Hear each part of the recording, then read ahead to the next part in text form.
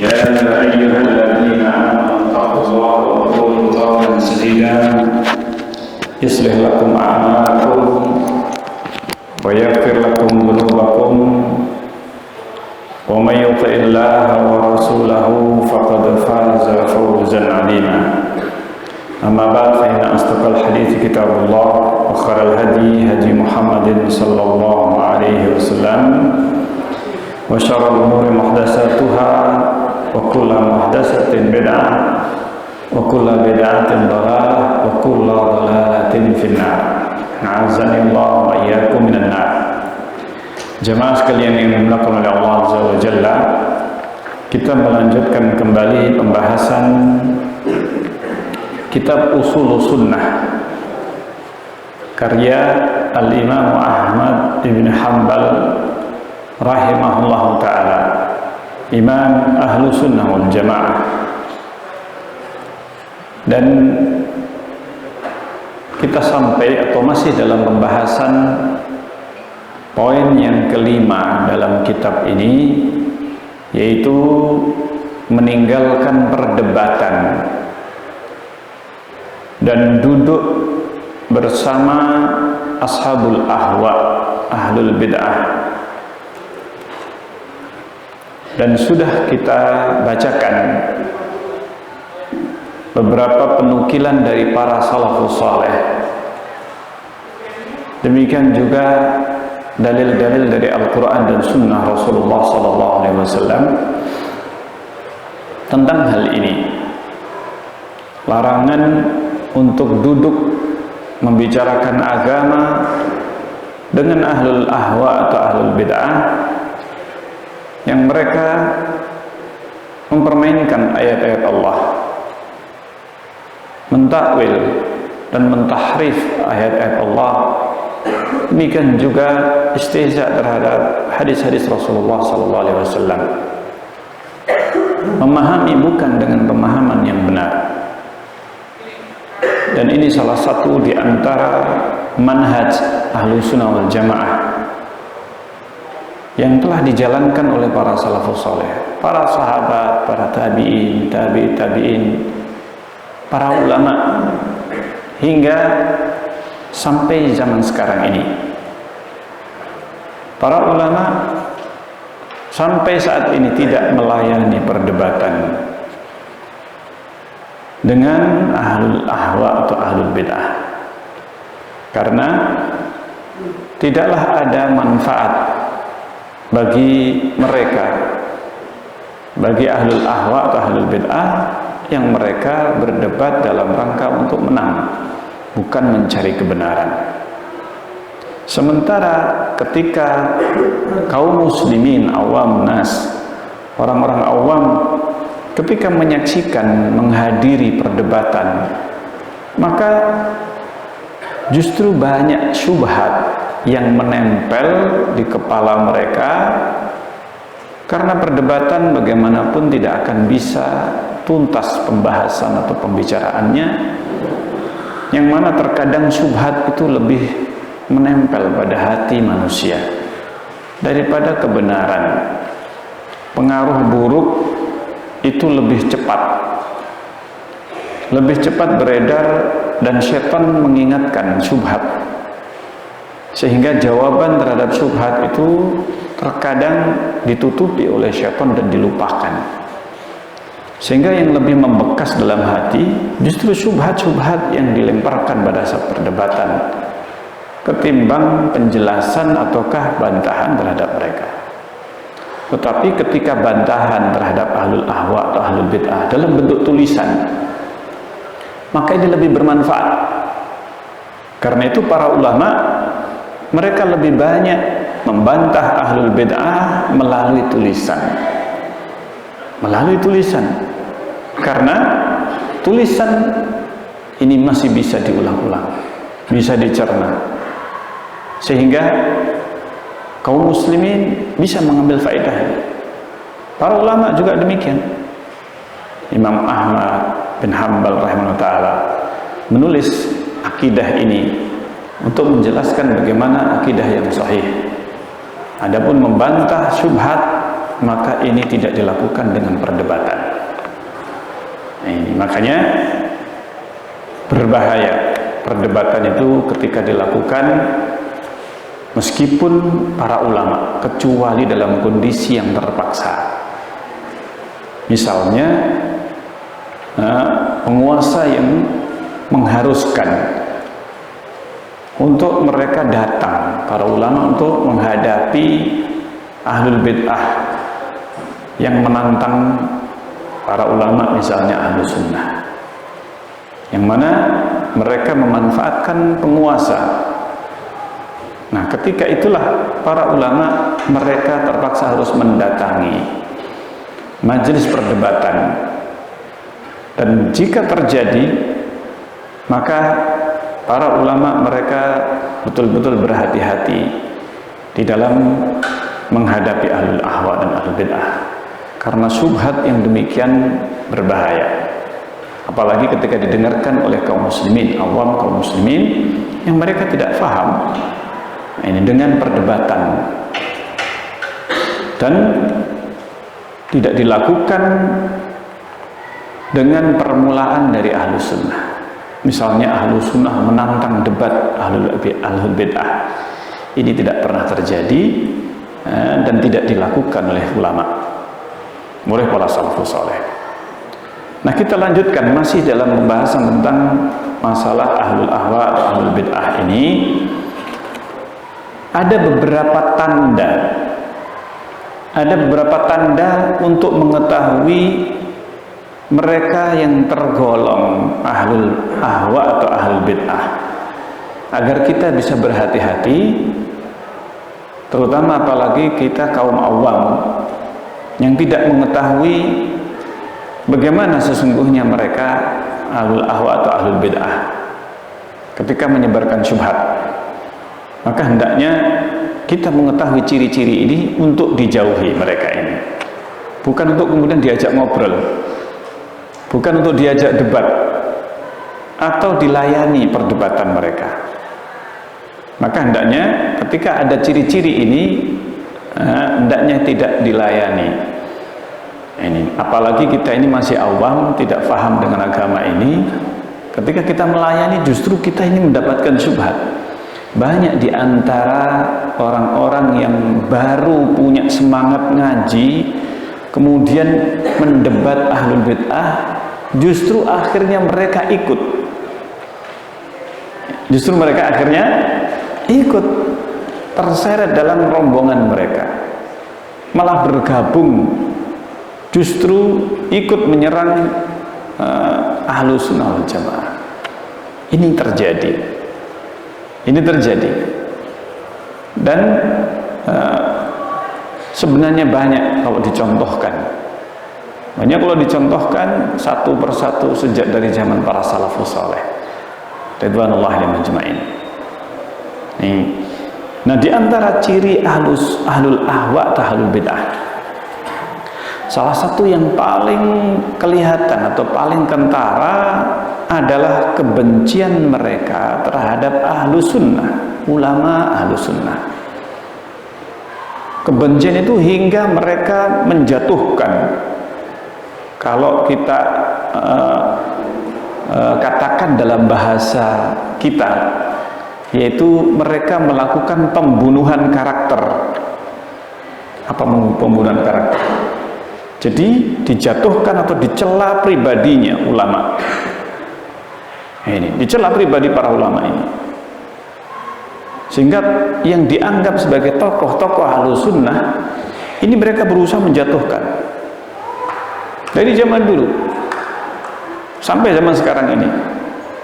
Mereka kelompok-kelompok yang mereka berusaha untuk menjatuhkan ahlus sunnah, mereka melakukannya dengan menjatuhkan para ulama. Syekh Al-Albani rahimahullah ta'ala, Syekh bin Baz, Syekh Utsaimin.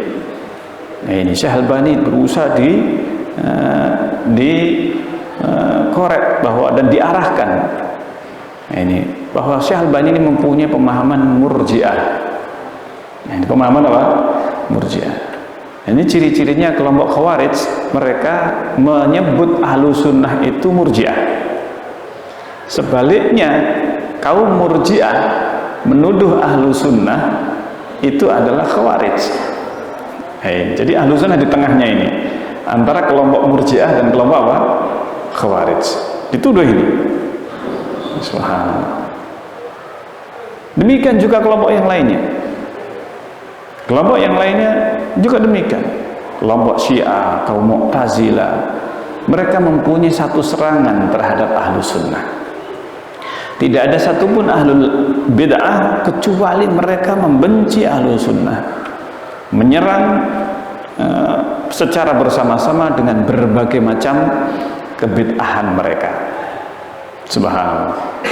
Disebutkan di antara penukilan dari para ulama, Abu Hatim Ar-Razi rahimahullah ta'ala, beliau yang sezaman dengan Imam Ahmad bin Hanbal rahimahullah ta'ala, Abu Hatim Ar-Razi berkata, alamatu ahlil bid'ah, tanda ciri khas ahlul bid'ah adalah al-waqi'atu fi ahlil asar, adalah waqi'ah, berusaha untuk menjatuhkan, mencela, mencaci, memberikan julukan ataukah tuduhan-tuduhan hoax terhadap ahlul asar. Ini yang dilakukan sepanjang sejarah. Sepanjang sejarah ini yang dilakukan oleh mereka.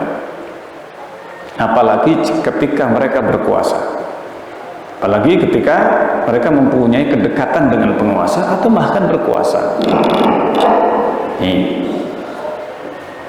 Nah, disebutkan ini salah satu ciri yang paling mendasar, yaitu kebencian terhadap ahlul sunnah. Ketika para ulama ahlu sunnah mereka membantah atau menjelaskan akidah ahlu sunnah wal jamaah, maka disitulah yang mereka jadikan sasaran.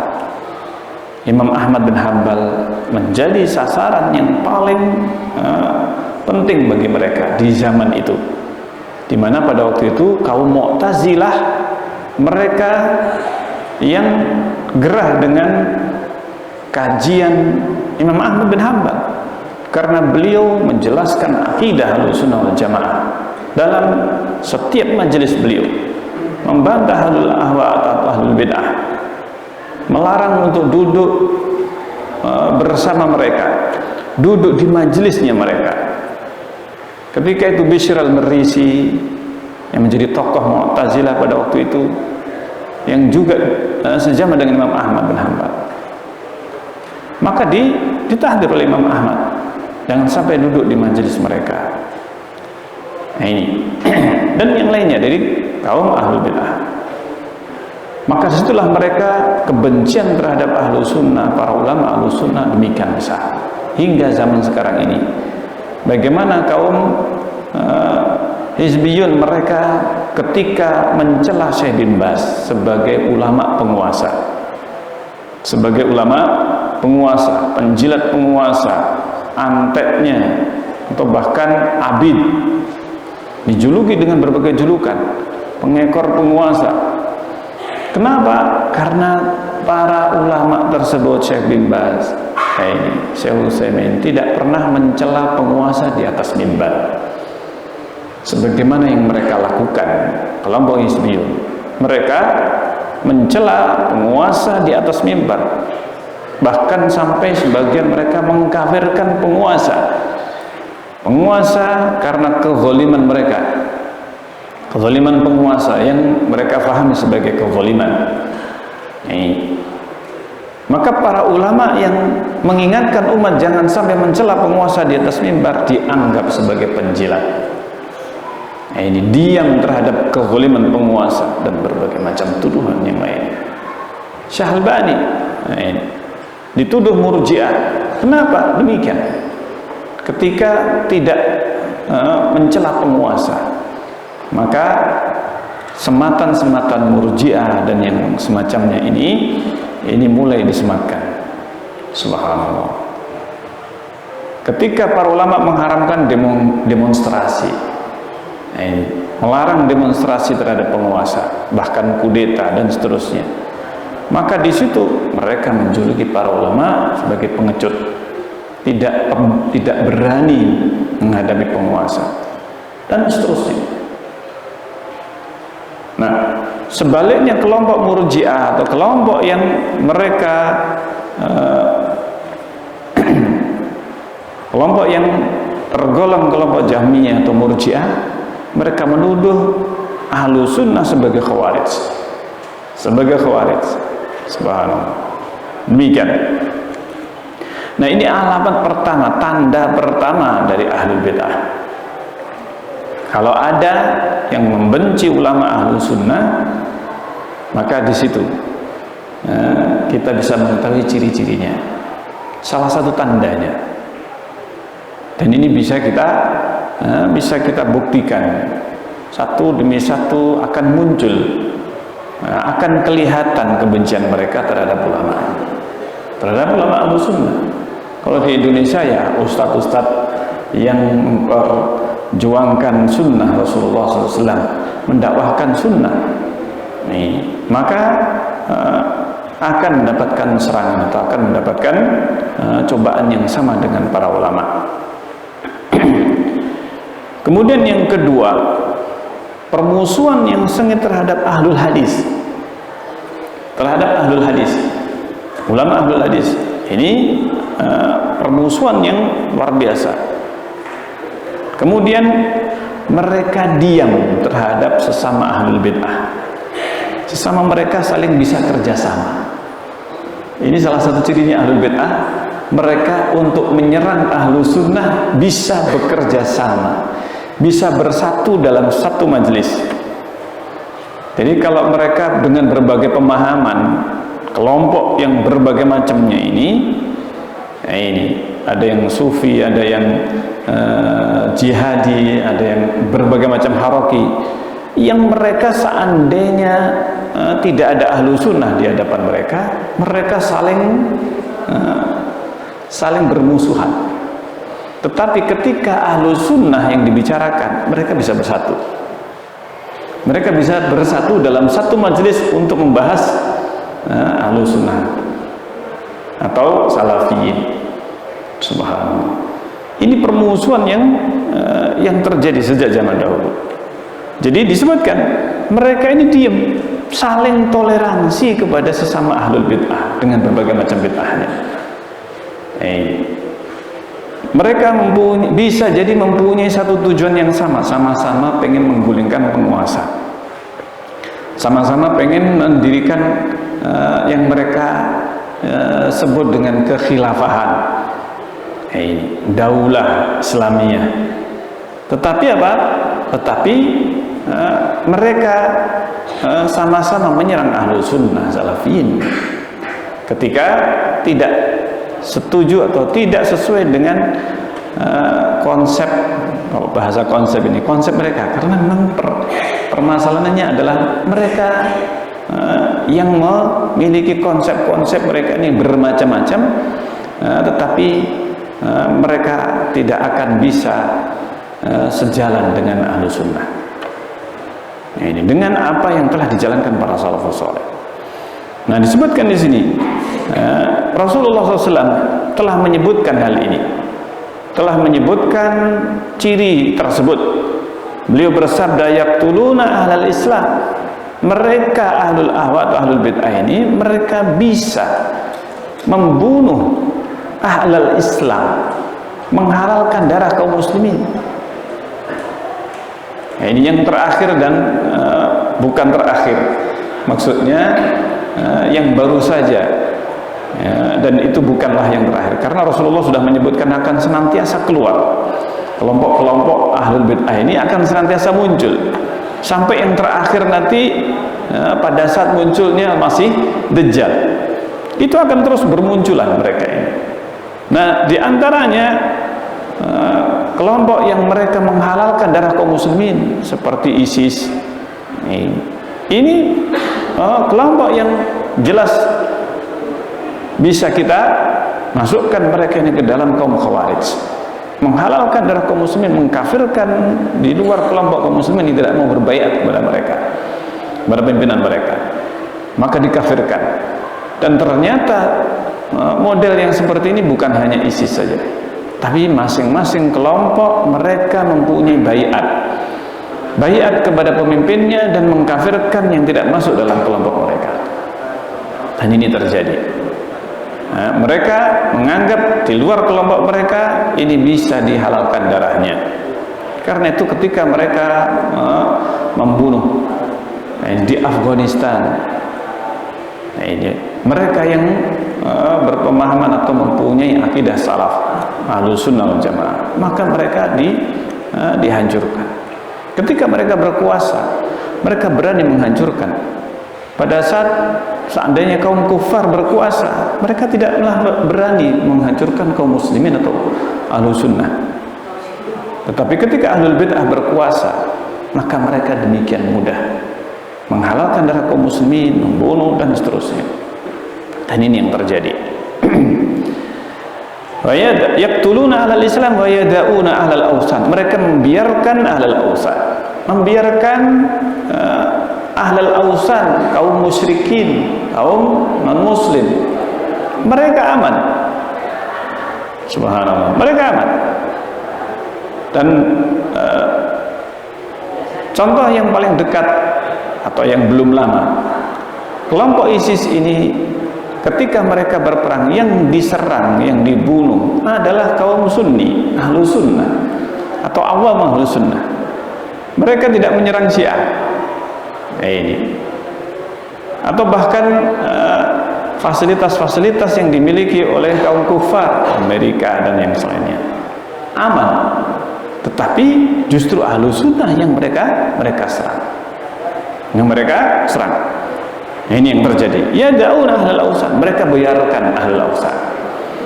Disebutkan oleh Abu Utsman As-Sabuni rahimahullah taala, tanda kebid'ahan bagi ahlul bid'ah itu sangat jelas, kata beliau, nampak sangat jelas.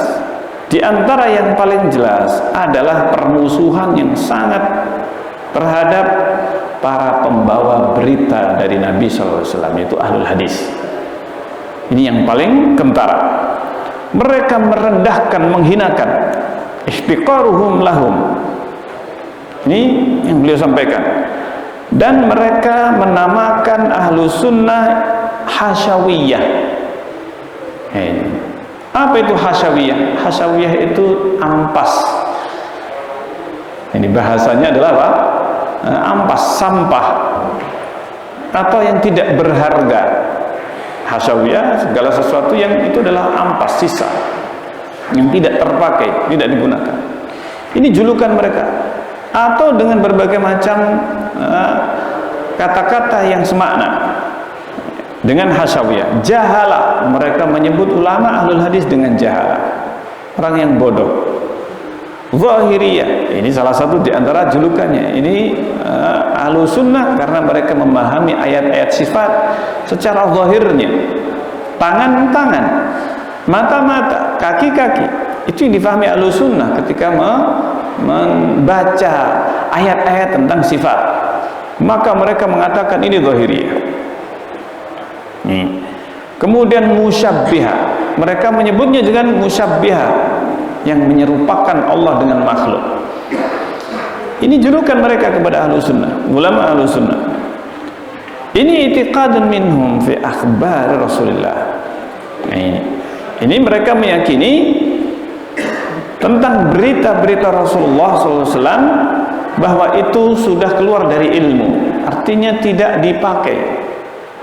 Dan bahwa ilmu yang dimaksudkan, ilmu yang benar-benar mereka anggap sebagai ilmu yang bermanfaat untuk mereka, ilmu yang dalam, ilmu yang tinggi menurut mereka, adalah apa yang dibisikkan syaitan kepada mereka, yang sesungguhnya adalah hasil dari akal mereka yang rusak.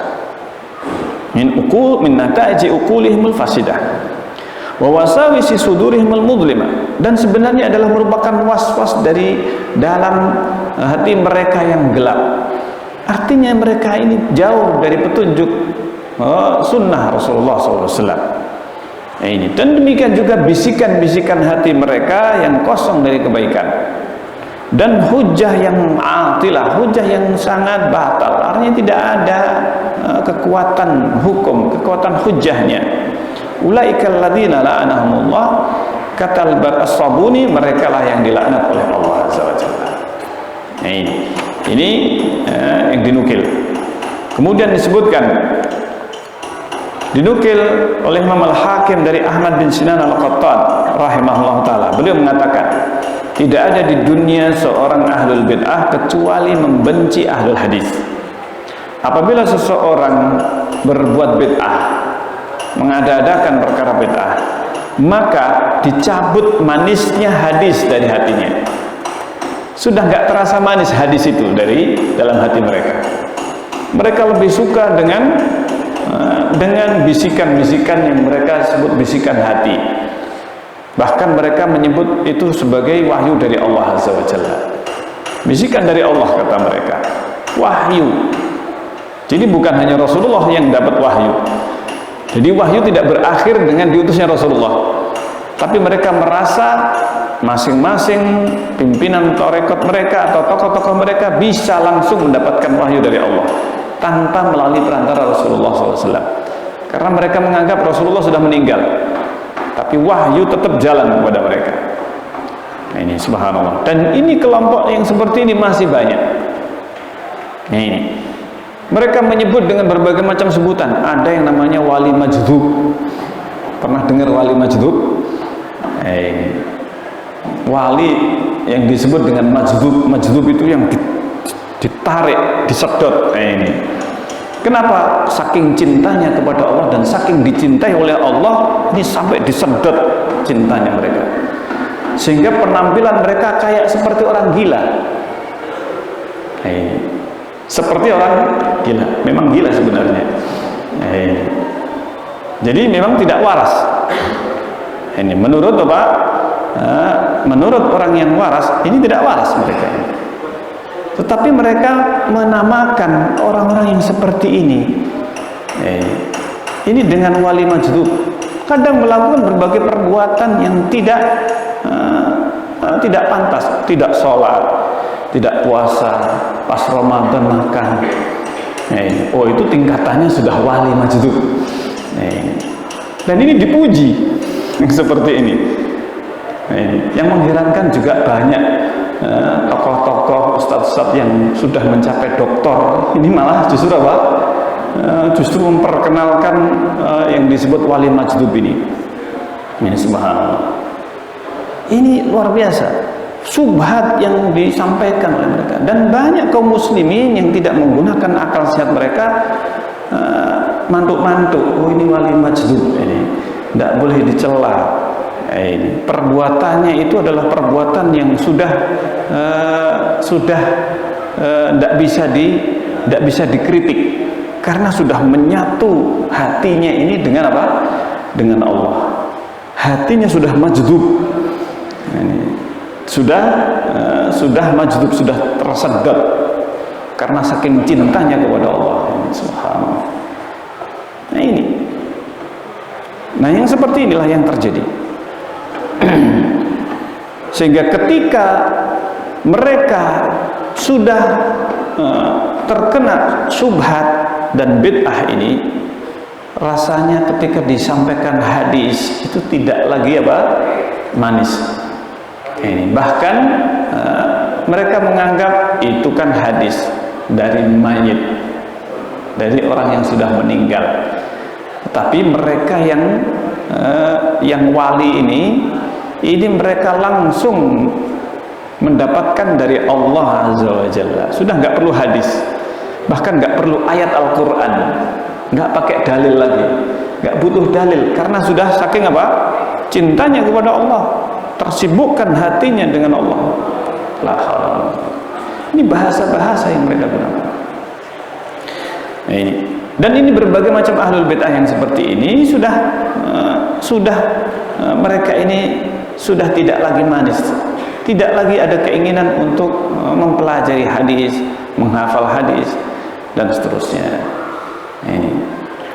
Disebutkan oleh Abu Nasr al-Faqih, tidak ada sesuatu yang lebih berat bagi ahlul ilhad, orang-orang yang menyimpang akidahnya ini, dan tidak lebih dibenci oleh mereka, tidak disukai oleh mereka daripada mendengarkan hadis dan meriwayatkan dengan sanadnya. Jadi kalau dibacakan sanad hadis, ini mereka paling anti, kesuwen. Pakai sanad ini tadi. Kalau hadis dibacakan, para ulama mereka meneliti sanadnya, meneliti sanad Syalbani, meneliti sanad ini, bagaimana sanadnya, diteliti kesahihannya. Mereka sudah nggak peduli lagi. Nggak peduli lagi. Bahkan ketika disampaikan ini hadis maudhu, ini Wahabi ini kalau bicara hadis-hadis ini, ini kelemahan hadis, kedhaifan hadis, dan subhanallah. Jadi meskipun hadis itu hadis yang maudhu, tapi kalau sesuai dengan apa? Dengan wangsit atau wahyu yang mereka dapatkan, ini mereka akan gunakan. Subhanallah. Kata Abu Usman As-Sabuni, saya melihat ahlul bid'ah di nama-nama yang mereka juluki dengannya kepada ahlu sunnah, mereka melakukan hal itu seperti halnya yang dilakukan kaum musyrikin kepada Rasulullah SAW. Ahlul bid'ah ketika menjuluki ahlu sunnah seperti halnya kaum musyrikin ketika menjuluki Rasulullah SAW.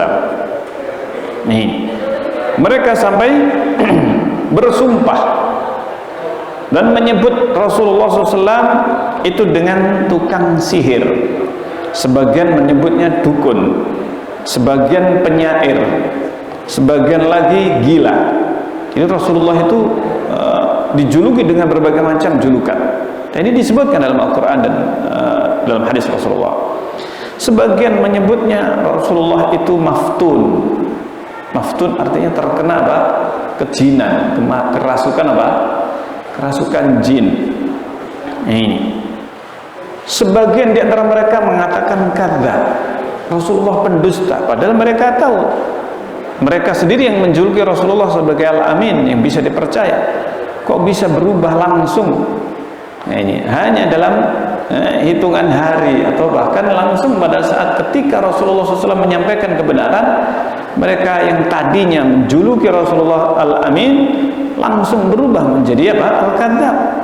Bagaimana bisa berubah Al-Amin menjadi Al-Kadzdzab? Ini sesuatu yang tidak mungkin. Nabi SAW jauh dari tuduhan mereka semuanya, baik itu tuduhan gila, tuduhan syair, penyair, tukang sihir, dan seterusnya. Rasulullah SAW adalah seorang nabi yang dipilih oleh Allah Azza wa Jalla. Allah berfirman, "Unzur kaifa darabu lakal amsal, fadallu fala yastati'una sabila." Lihatlah perumpamaan yang mereka bikin. Mereka tidak mampu menyerang Nabi SAW. Mereka tidak bisa menjatuhkan Nabi SAW dan dakwahnya. Ini demikian ahlul bid'ah yang dihinakan oleh Allah. Mereka berusaha untuk membuat julukan-julukan kepada para pembawa wahyu hadis Rasulullah SAW, yang menukil hadis-hadis Rasulullah SAW, para perawi hadis dari kalangan mereka para ulama yang menjadi teladan, yang mereka mendapatkan petunjuk di atas sunnahnya. Mereka menyebutnya hasyawiyah, ada yang menyebutnya musyabbihah, mujassimah, dan ini istilah sampai sekarang. Ini istilah ahlu sunnah itu dijuluki dengan mujassimah, ini sampai sekarang. Ini subhanallah. Padahal para ulama ahlu hadis mereka sangat jauh dari apa yang mereka nisbatkan ini. Sehingga Allah Subhanahu wa taala menjaga agama ini dengan perantaraan para ulama ahlul hadis. Karena kalau seandainya bukan karena keberadaan mereka, kita tidak tahu bagaimana nasib hadis Rasulullah SAW. Tetapi Allah sudah menjamin, Allah menjaga hadis Rasulullah SAW. Kemudian yang berikutnya adalah mereka memanfaatkan kedekatan dengan penguasa untuk memaksakan dan untuk melicinkan penyebaran kebid'ahan mereka. Jadi mereka mempengaruhi penguasa sampai akhirnya penguasa itu seperti yang terjadi pada masa Imam Ahmad bin Hanbal. Tokoh-tokoh Mu'tazilah mendekati penguasa sampai akhirnya 3 periode penguasa di masa Imam Ahmad bin Hanbal berhasil mereka fitnah, hingga yang terakhir mereka tidak berhasil. Akhirnya membebaskan Imam Ahmad dari tuduhan dan dari berbagai fitnah yang ditujukan kepada beliau rahimahullah ta'ala. Ini terjadi di masa Imam Ahmad bin Hanbal. Di masa itu ada seorang tokoh Mu'tazilah yang namanya Ahmad juga, Ahmad bin Abi Du'ad. Ahmad bin Abi Du'ad pada awalnya itu yang dihadapi oleh Imam Ahmad tokoh Mu'tazilah Bishr al-Marisi, sebagaimana tadi saya sebutkan. Bishr al-Marisi yang pertama kali pada masa kekhilafahan Ma'mun. Di masa kekhilafahan al-Ma'mun ini yang pertama kali diterjemahkan kitab-kitab, buku-buku filsafat ke dalam bahasa Arab. Kemudian diberikan kepada Al-Ma'mun, dibaca, tertarik Al-Ma'mun ini dengan buku-buku ini. Maka Bishr al-Marisi mendekati dan kemudian sampai akhirnya berhasil mempengaruhi Al-Ma'mun hingga memaksakan akidah Mu'tazilah harus dijadikan dasar negara. Yang tidak mau mengatakan Al-Quran makhluk maka harus dipenjara, bahkan dibunuh, termasuk Imam Ahmad bin Hanbal. Itu awal permulaan fitnah yang terjadi pada masa itu, yang dinamakan dengan fitnah khalqul Quran. Setelah Imam Ahmad, setelah itu Al-Ma'mun meninggal, Bishr al-Marisi juga demikian. Akhirnya tidak berhenti. Ternyata pada masa kekhilafahan Al-Wasith diteruskan oleh Ibnu Abi Du'ad, Ahmad bin Abi Du'ad. Demikian juga Ahmad bin Abi Du'ad mendekati penguasa sebagaimana Bishr al-Marisi sampai akhirnya mempengaruhinya, sampai kemudian menjadikan mazhab Mu'tazilah ini dijadikan dasar negara. Subhanallah. Semua ulama harus mereka mengucapkan, jika tidak maka sebagaimana Imam Ahmad bin Hanbal nasibnya. Ini dipenjara sampai kemudian ada sebagian yang dibunuh. Dan ini lama fitnahnya ini, 3 periode penguasa. Subhanallah. Jadi Imam Ahmad dipenjara sampai akhirnya disiksa.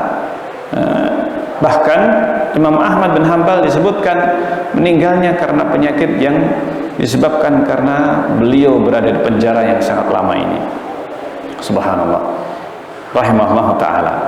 Dan ini bukanlah sesuatu yang pertama dalam sejarah, dan itu terjadi berulang, terjadi secara berulang dalam sejarah. Imam Syatibi rahimahullah ta'ala mengatakan, tidakkah engkau melihat bagaimana keadaan ahlul bid'ah di zaman tabi'in? Demikian juga setelah itu mereka berusaha mendekati penguasa, dan mereka berusaha mendekati orang-orang kaya, ahlul dunya. Ini, dan yang tidak mampu mereka pengaruhi, mereka menyembunyikan bid'ahnya. Mereka lari.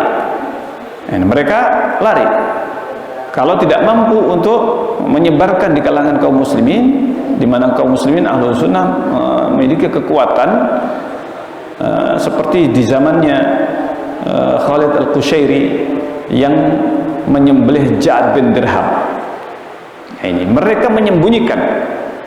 Yang berakidah seperti Ja'ad bin Dirham mereka bersembunyi. Subhanallah. Dan itulah yang mereka lakukan, melakukan taqiyah sebagaimana yang dilakukan oleh kaum Syiah. Kaum Syiah, mereka menyebut dengan berbagai sebutan yang intinya sama dengan taqiyah. Kemudian di antara cirinya juga adalah mereka berijtihad dalam membuat ritual ibadah yang tidak ada tuntunannya dari Rasulullah SAW. Ini ciri khas yang juga sangat kentara. Banyak ritual-ritual yang mereka bikin tidak pernah ada contohnya dari Rasulullah SAW, ataupun kalau ada dari hadis-hadis yang sangat lemah dan palsu. Dan ini terjadi. Mereka mengira mereka melakukan kebaikan. Nah ini Allah Subhanahu wa taala berfirman, "Qul hal nunabbiukum bil akhsarina amala." Katakan wahai Muhammad, tahukah kalian, maukah aku beritakan kepada kalian orang yang paling merugi amalnya? Nah ini, yaitu yang mereka usaha mereka bersungguh-sungguh dalam beribadah dalam kehidupan dunia ini, wahum yahsabuna annahum yuhsinuna sunnah, sementara mereka mengira mereka itu apa? Melakukan kebaikan dan perbaikan, padahal mereka sedang melakukan berbagai perkara yang tidak pernah ada tuntunannya dari Rasulullah SAW. Ini para ulama menyebutkan di antara tafsir wujuhu yaumaidin wujuhu yaumaidin khasyah amilatun nasibah tasla naran hamiyah. Para ulama menafsirkan ini adalah sifat-sifat yang sebenarnya ada pada ahlul bid'ah. Nanti pada hari kiamat mereka akan merasakan akibat dari perbuatan mereka. Ini, mereka melakukan amalan yang sia-sia dan mereka tidak mendapatkannya nanti di akhirat. Ini insyaallah yang bisa kita bahasakan dalam kesempatan kita kali ini. Dan ciri khusus ahlu sunnah itu adalah yang disebutkan secara ringkas oleh Imam As-Sabuni rahimahullah ta'ala, adalah kecintaan terhadap para ulama, kecintaan terhadap para sahabat Rasulullah, para tabi'in dan tabi'in, dan mereka membenci ahlul bid'ah. Ini ciri ahlu sunnah jamaah. Ini ciri ahlu sunnah kebalikan, yaitu membenci ahlul bid'ah, tokoh-tokohnya dan kebid'ahan mereka, dan mereka berusaha untuk mengikuti sunnah Rasulullah sekuat kemampuan mereka. Mereka berusaha untuk mengikuti dalil. Ini ciri ahlu sunnah, sehingga mereka betul-betul menjaga amalan mereka, berusaha meneladani Rasulullah dan para sahabat Rasulullah SAW. Ini cirinya ahlu sunnah. Dalam setiap kajian atau apapun dalam perkara agama ini, mereka berusaha untuk mencari kebenaran amalan-amalan yang sesuai dengan yang telah dijalankan oleh Rasulullah dan para sahabatnya. Ini, sehingga ini ciri yang paling penting. Karena itu Imam Ahmad bin Hanbal, ciri yang pertama adalah mengikuti para sahabat Rasulullah, meneladani para sahabat Rasulullah SAW dalam beragama ini. Tapi insyaallah sampai di sini yang bisa kita bahas. Insyaallah kita akan lanjutkan dalam pembahasan yang akan datang biidznillah taala. Kita akhiri subhanakallahumma rabbana wa bihamdik asyhadu an la ilaha illa anta astaghfiruka wa atubu ilaik. Assalamualaikum warahmatullahi wabarakatuh.